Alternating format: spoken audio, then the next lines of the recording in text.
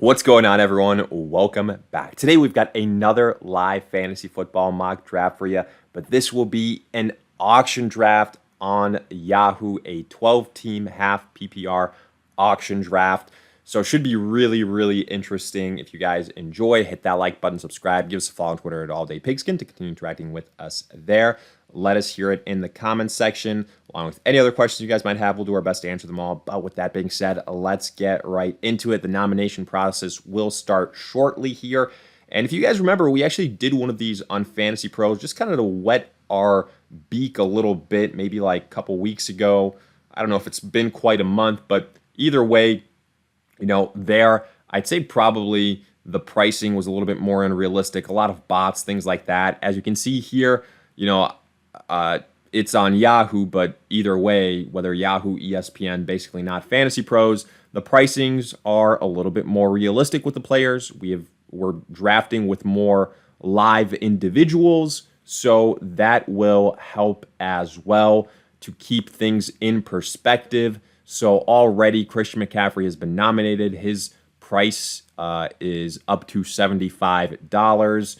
Now, some of these prices might be a little bit higher. I have noticed that, this has always been the case. Bots typically tend to inflate the price a little bit, but irregardless, not too many auto picks at this point in time. So I think we are at a good spot. Kyron Williams just got nominated. The bid is up to $45. You can see here the projected and the average price. I typically go by the average price because it's usually higher than that of the projected. And, I've also said this before. When you're drafting first, we are in the snake mock draft method, as you can still see, mindset-wise. No, when you're going in the auction draft approach, what I typically like to do is nominate the expensive players that you don't want first. The reason being basically forcing the other individuals to spend up their money quicker, and then this way you have more money to play with if there's any potential bidding wars, and when some of those other funds are exhausted, you will be in a better place in regards to budget management, and that's the name of the game. Don't no ifs, ands, or buts about it. It is all about budget management. That's why the auction draft process is completely different than the snake draft process. And sometimes if you do your homework and you are smart about it, you can wind up with a much deeper team than you normally would, and a much top-heavier team than you normally would in a typical snake draft. Because if you do your budget management to a T and you maximize it, well, you're going to be able to get some higher echelon of players, or at least more higher end type of players. So maybe you'll be able to get 2 first-round types of talents, or like 2 second-rounders, or 2 or 3 early second-round type of guys. It's all about how you decide to construct your roster. And speaking of that, that strategy, if you will, of constructing your roster, I think that's the other biggest difference, other than the fact that it's not just taking the best player available. You have to go in with a set strategy, because you need to realize if you are going to be very aggressive and spending a lot of money early on, or if you're going to be very conservative and you're going to wait until later on, until all the heavy hitters are gone, and then you're going to get involved and really have a deep bench and, not too much drop off from roster spot to roster spot, for example. Or if you're just going to take it, a balanced approach and basically select one first rounder, 1 second rounder, 1 third rounder. That's how I like to categorize things from an auction draft perspective. So again, you've got very aggressive, you've got balanced, and you have got conservative. Now, if you are an auction draft pro, then you can do like combos of one of those, like somewhere between aggressive and balanced, somewhere between balanced and conservative. So keep all those things in mind. But This is going to be a little. Typically, these auction draft videos are a little bit longer, so we're going to talk a lot of things like I always do in these vids, strategies in general. Talking about player values here as they come up. Like for example, I think $59 for Jamar Chase is good player value. Breece Hall went for $71. I do like him, but in my opinion, like let's see if we can. I'll try and nab Jamar Chase for 60. Oh, it went from $61 to $67. Okay, so that's one of those jumps where, all right, go ahead. You win him for $67. You already have spent the majority of your money. You're down to $59. You've got Jamar, Kyron, and Travis Kelce, but good luck with the rest of your squad.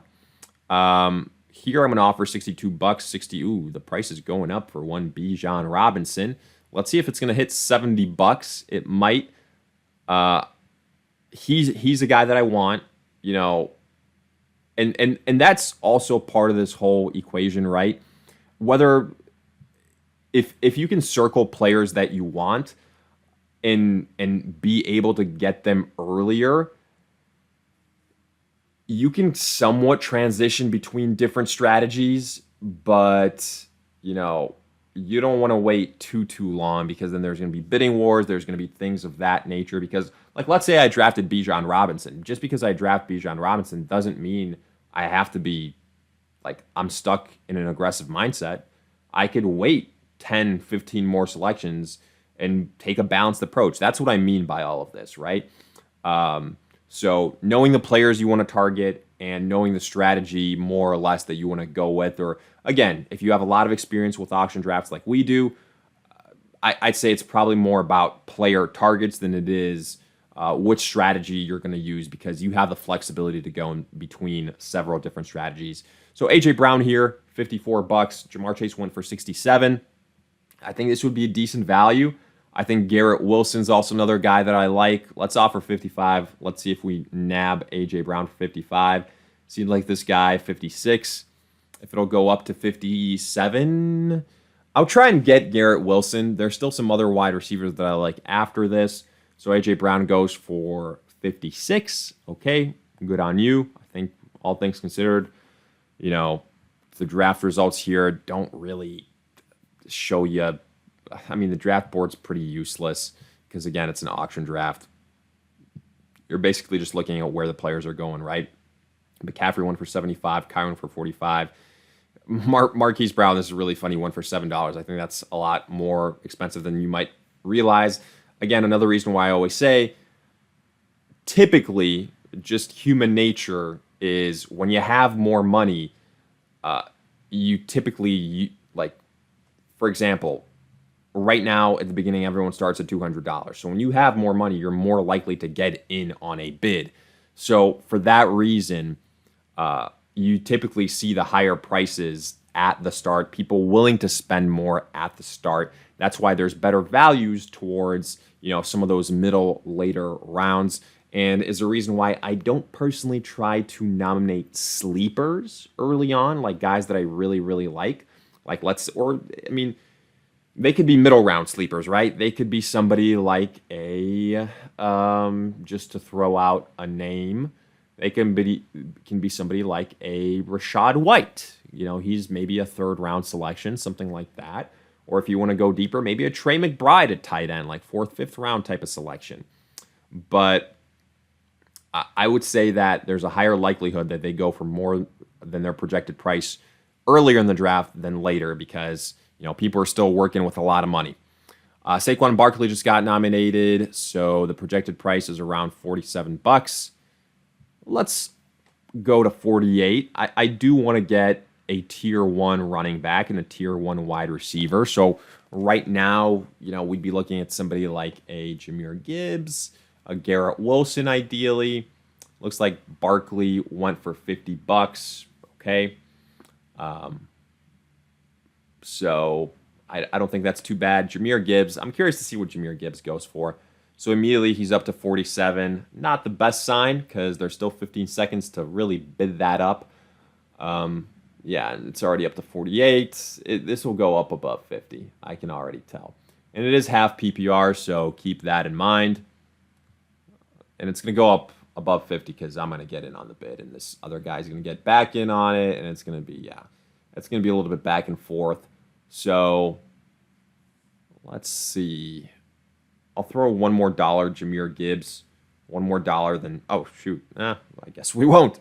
I'm going to nominate Marvin Harrison, somebody that I'm not fully in on.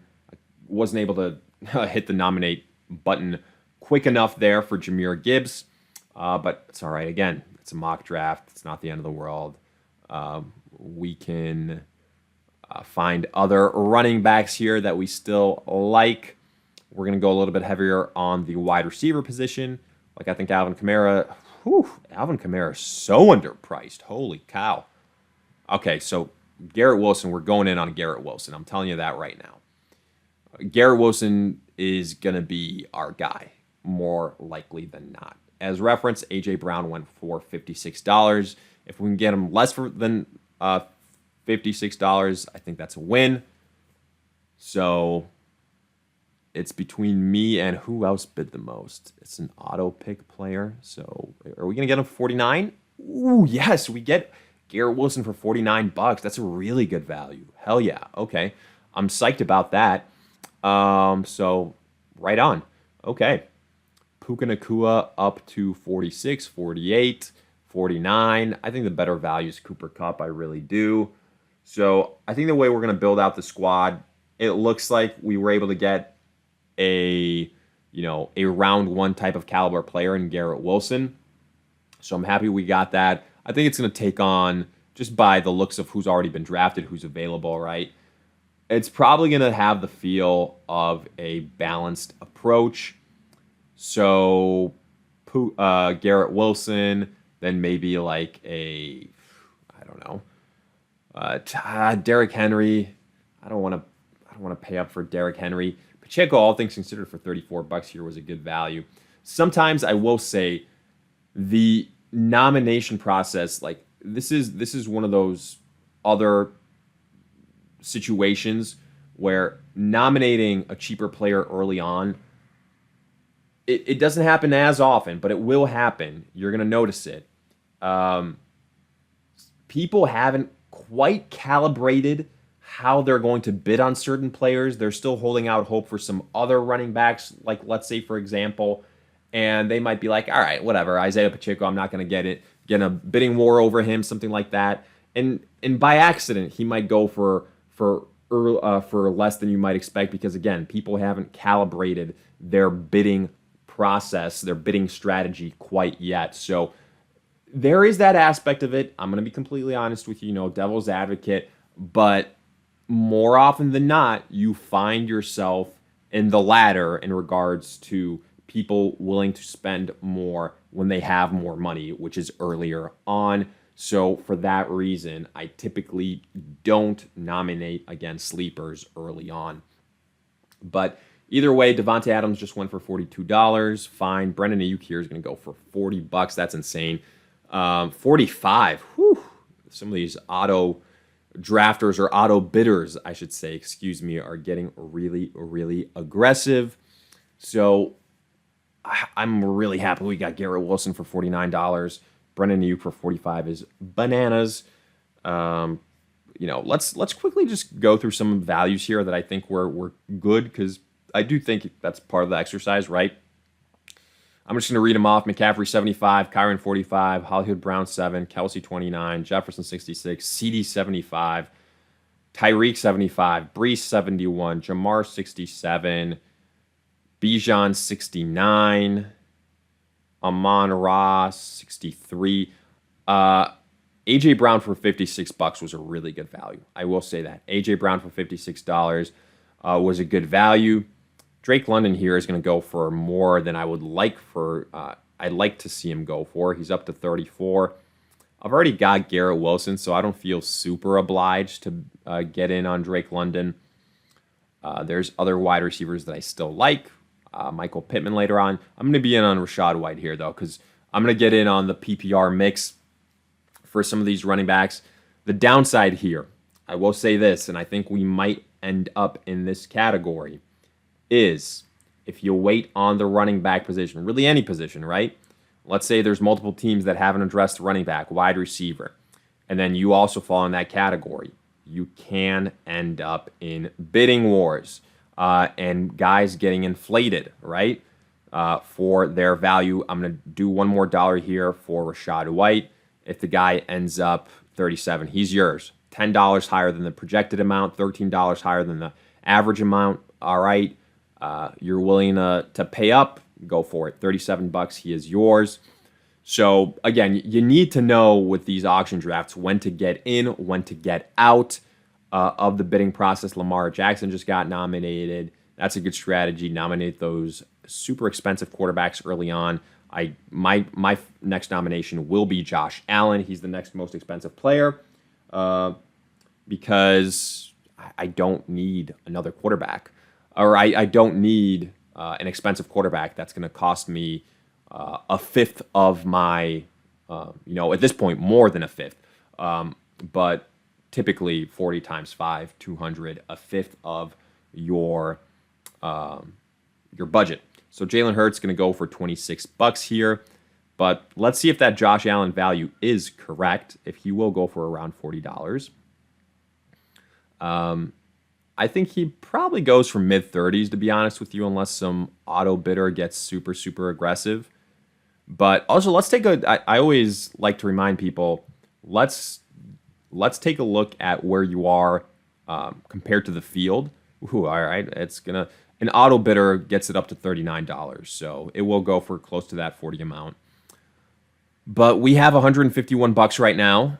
The other individuals, 56, 123, 51, 158, 160. So there's only two people that have more money than us. So right now we're in the upper echelon of controlling the bidding process. So I like that for us. How many people even still have over $100? 1, 2, 3, 4, 5 people still only have over $100. So Josh Jacobs here at 37. What's he going to go for? This is interesting. 37, 38. So we're going to end up with a bunch of basically low-end RB1s, high-end RB2 type of guys. And I think it's going to be a balanced approach where probably this is going to end up somewhere between balanced and conservative, right? Because we've done a good job of managing our budget. We got good value on Garrett Wilson, and we're going to clean up on some of this talent and some of these guys that drop to us. So I think our bench, if we took this thing the entirety of the auction draft process, our bench would look pretty solid. Sam Laporta is going to go for $37. I think that's way too expensive. Compare him to some of the other tight ends like Trey McBride. Where's $14? Dalton Kincaid 3 or 6, but yeah, somebody is going to bid $35 for Deebo Samuel. I think that's too much, especially when you consider the fact that, he could be the odd man out in San Francisco. Just too many mouths to feed. So no thank you there. Wow, up to $38 for Deebo. All right. Do you, this person, oh my God, he's going to have spent, let me see. He has $16 left. Oh, by the way, I'm going to get in on Travis Etienne. And his three players are CD, Deebo, and Breece Hall. All right, you got CD and Breece Hall. I don't think Deebo Samuel really does that much to move the needle. You could have had somebody much cheaper than that and later on and get similar type of production from him. So I'm going to get in on Travis Etienne here. He was a top 5 guy last year when talking PPR. I've got some money to burn. Oh, you sniped me right at the end with that last-minute bid. Oof. I hate you. But, of course, that's what you do. So let's show him we're serious. We're not even going to wait. I've got more money than him, so you want to do this? Let's do this. $38. Yep, we land him right around the value of Josh Jacobs. I would personally have Travis Etienne over Josh Jacobs, so I'm not too mad about that. We got him for $1 less, a guy that was a top 5 running back last year in full PPR, so could be a lot worse, basically. Now, again, we have $113. I think we've got 2 solid players. It's all about building out the rest of the roster around these guys in a smart and man, I feel like a financial advisor in a fiscally responsible way. Jalen Waddle here, he's typically a good value. $15 for a high end, like probably the best wide receiver two in the NFL, one of the best ones, right? And you look at the wide receivers that are left, like I think $18 for him is pretty good, honestly. If we get him for that value again, if these are all ifs. Cooper Kupp would be another guy that I'm looking at. All right, now people kind of woke up to the fact like, all right, Jalen Waddle's underpriced, so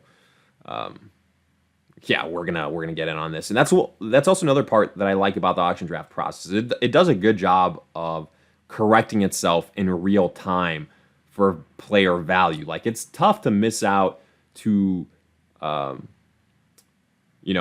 of put out a bad player rank or player value on somebody because people are gonna have them circled and they're gonna save some type of money for that player, and it's gonna end up the the bidding process is gonna take care of that. Whereas opposed to sometimes, in the snake draft, if you don't pay attention to it, a player might drop.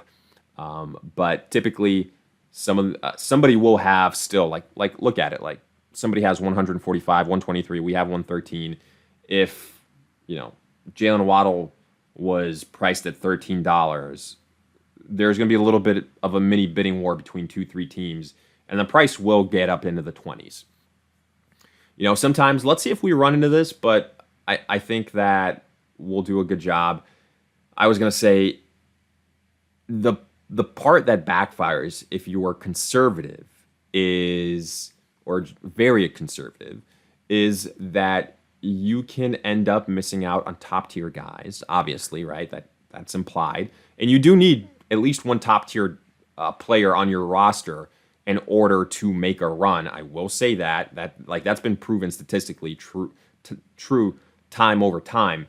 But you can burn yourself because if at least all you need is one other person to have followed a conservative draft strategy, then, if that person also has waited for running back, if that person also has waited for a wide receiver, or not even from that perspective, if they just have a lot of money and they see a value that you also agree with is a player that you'd like because they're undervalued and you can control the bidding process, there will be a bidding war on that guy, and he will go for higher than he likely should, especially if it's one of those situations where it's there's a shortage on running backs and you want to get a running back, or a shortage on wide receivers, or there's a tier change. Trust me, folks, that is like grade A pathway for burning yourself. You're like, oh, but I was following a conservative draft strategy. How did I just spend $10 more on this mid-level tier player than he should have gone for? It's again that's the real tough part for the conservative strategy. Like some people say, oh, doing a conservative strategy, that's easy, that's cake. Well, it's not that, because I would say out of all the draft strategies, sometimes you can really burn yourself on that one the most, because if there's multiple people that do it, you're going to lose track of how quickly things can spiral out of control there. I'm going to nominate Stephon Diggs here. Not really interested in Stephon Diggs. I don't know what option he's going to be in Houston. Wouldn't be shocked if he's, kind of like last year. He's inconsistent. He could be the number 3 option in Houston behind Tank Dell. Who knows? But I'm going to pass on Stephon Diggs. Let somebody else draft him. I'm going to try to draft Cooper Kupp. So I think the strength of this team will probably be the wide receiver position, because I'm looking at Michael Pittman out there. I'm still looking at Cooper Kupp out there. I like James Cook. I want to try and add James Cook to the squad at running back. He kind of broke out last year. He's in a good offense. He's going to be one of the integral parts on that team. I'm also going to try and draft Alvin Kamara, but I bet you there will be a bidding war for Alvin Kamara. If I had have this my way, I will draft Pittman here. I will draft Kupp here. I will draft James Cook here. And Alvin Kamara. How much money does that leave me with? Let's see. We have 113, excuse me. Let's see. He goes for around 20. Cooper Kupp goes for around 20, so we're down 40. James Cook probably going to go for around 20, mid-20s, I bet you. So 60. Kamara probably 80. We're down to 80, 13. Michael Pittman for $15 would be a good value. This guy is going to, of course, upbid. That's annoying. There is more value at wide receiver than I'm going to bid one more time to 17. All right, you want to get him at 18, go right ahead. I like other players as well here. I think a T. Higgins is also a really good value. Joe Burrow is going to air out the football a decent amount, and contract year, something like that, right? So I still like Michael Pittman. I mean, he broke out last year, but he didn't do it with Anthony Richardson, right? Anthony Richardson is going to be a run-heavy quarterback. Let's keep all these things in mind. DK Metcalf is a guy I feel like always flies on the radar. Quarterback situation in Seattle, again, not really ideal. So, if it was DK Metcalf with, a top-tier quarterback, then it'd be a different situation. But I'm going to be out on DK Metcalf. I feel like he's a little bit too inconsistent. So Cooper Kupp is going to be the guy that I'm really focusing in on. Garrett Wilson with Cooper Kupp. And I think the way this thing is going to shape up is like I have probably multiple second round type of talents or third round, probably more multiple third round, fourth round type of guys. But I mean, I've already got one first rounder, right? Like Garrett Wilson is a first round type of guy. Travis Etienne, end of the second round potentially, or early third rounder. I'm going to get on Cooper Kupp.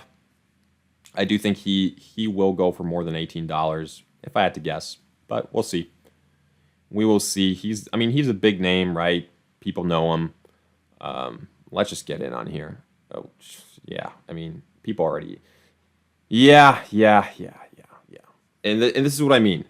The bidding war has started. In order to land Cooper Kupp, we're going to have to go up to $21. And I bet you it's going to have to be 22. Pittman, as reference, went for 18. So a little bit more expensive than Michael Pittman. I don't like that. But at the end of the day, we get our guy.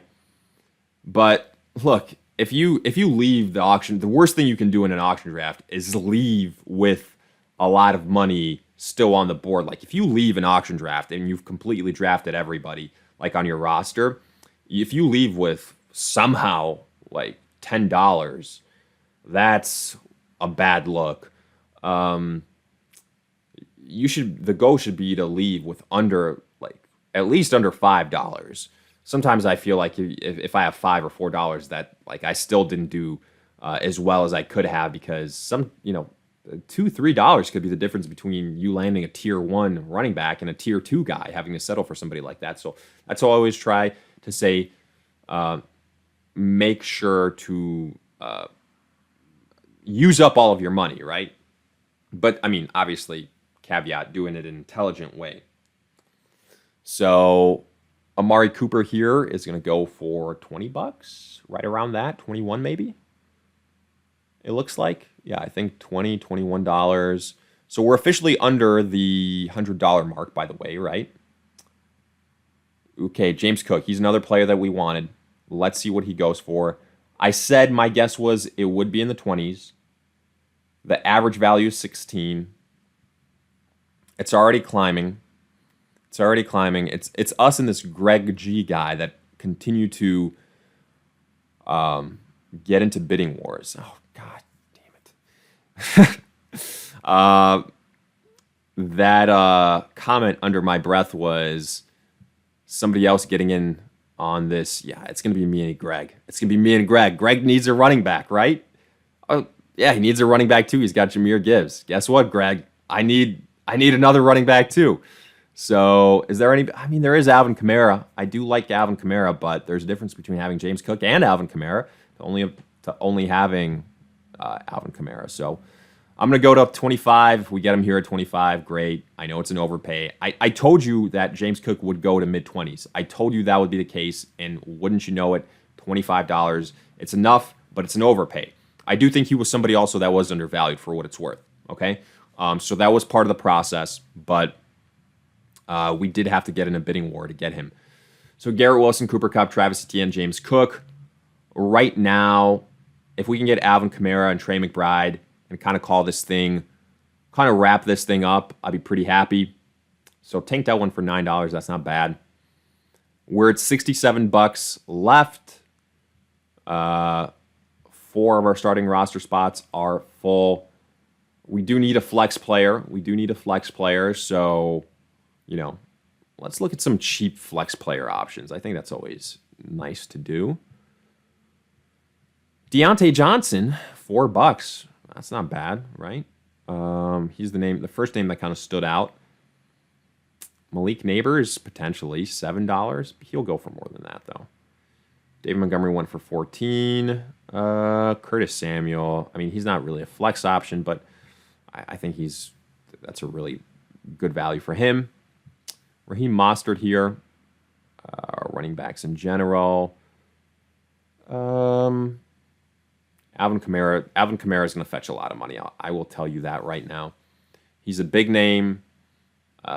He's a PPR guy, and I think he by far and away has the highest upside out of anyone left. Raheem Mostert, $3 is also good value. So I want to draft 2 more players. I'm going to wrap this thing up. Joe Burrow just got nominated. I'm going to typically win auction drafts. What I do, unless it's like a top tier quarterback that happens to go for low teens, I'm not drafting a quarterback or a big name quarterback. I'll settle for the Aaron Rodgerses of the world, who just happens to be somebody that I believe is undervalued. So that works out. But Joe Burrow here will go for $12. It is our turn to nominate somebody. Let's see if we can let's just speed this thing up, all right? Let's put pedal to the metal if we can nominate T. Higgins and how much he goes for. A guy that I said that I want to try and get. I just want to speed this up. I don't want this to be a 50-minute video. So, he's going to go for more than that amount, more than $9. Well, I was going to say more than $8. He might go for $9. Yeah, I wouldn't be shocked. I'm going to last minute try and sneak in there for 10. I bet you he goes for a lot. It's freaking auto pick, man. Come on, dude. Auto bid, I should say. Excuse me.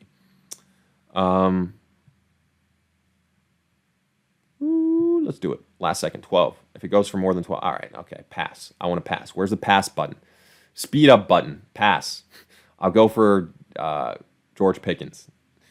There's much better value right now at wide receiver than there is at running back. So that's why I think the value for Kamara is going to skyrocket as opposed to some of these other wide receivers.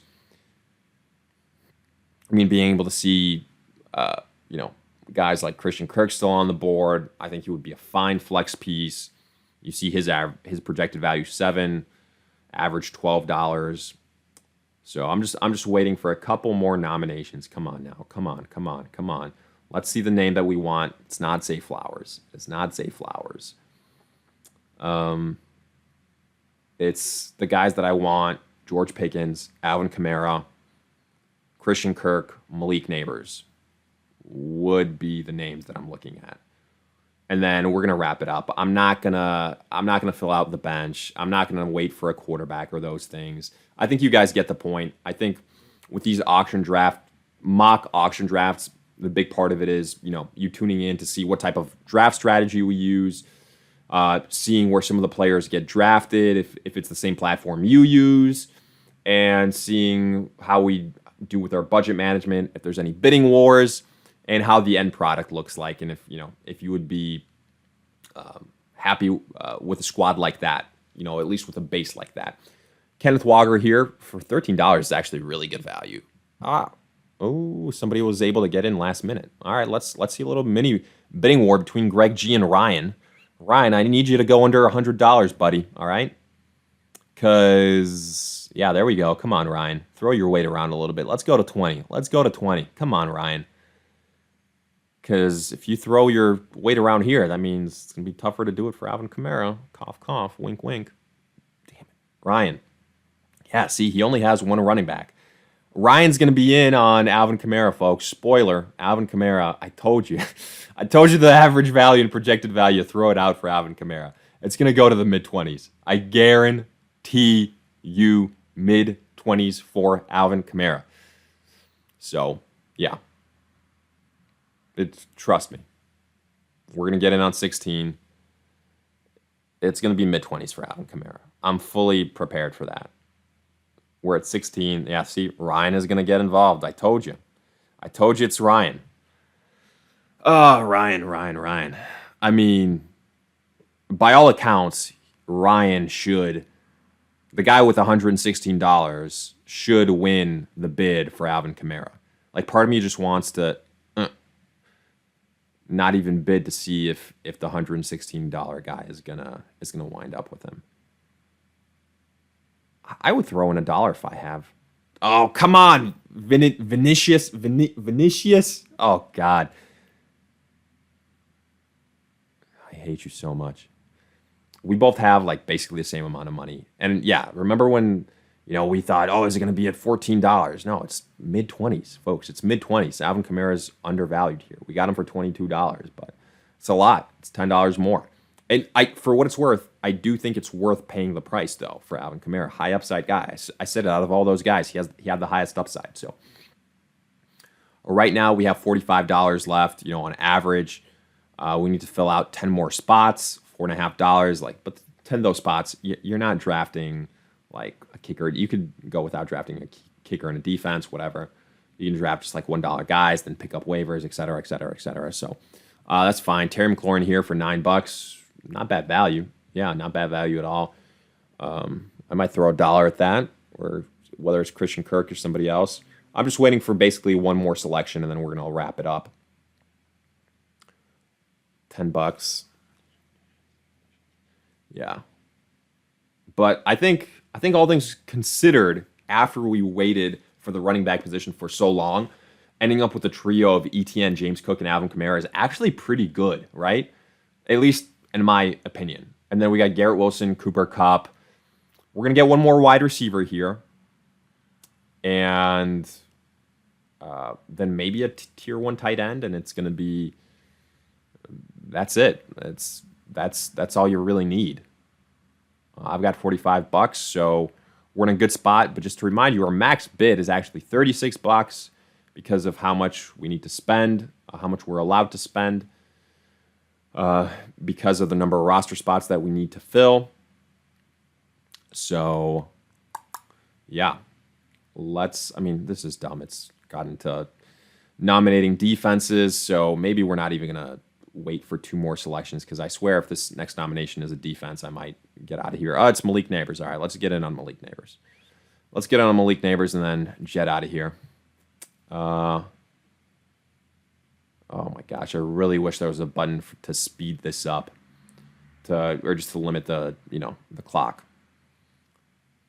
I'm just gonna, come on, let's see what you got here. $9. And again, I'm gonna end up finishing this video with a lot of money left, but don't go by that, because obviously we still have to fill out a big part of this roster. But I think this is a good point to kind of wrap up like other players that I would be targeting here. Trey McBride, George Pickens, for example. But the core of our roster is set. I like this core. I really like the look of it. And I'm happy with what we were able to do. We have still got $36 left. Like, that's enough to get a tier 1 tight end. That's enough to get another solid flex play here.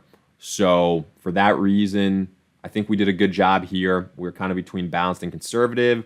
Maybe started out a little bit more conservative, then bounced, then got aggressive at the right times. But either way, let me know your thoughts. Hopefully you guys enjoyed. If you did, hit that like button, subscribe, give us a follow on Twitter at AllDatePigskin to continue interacting with us there.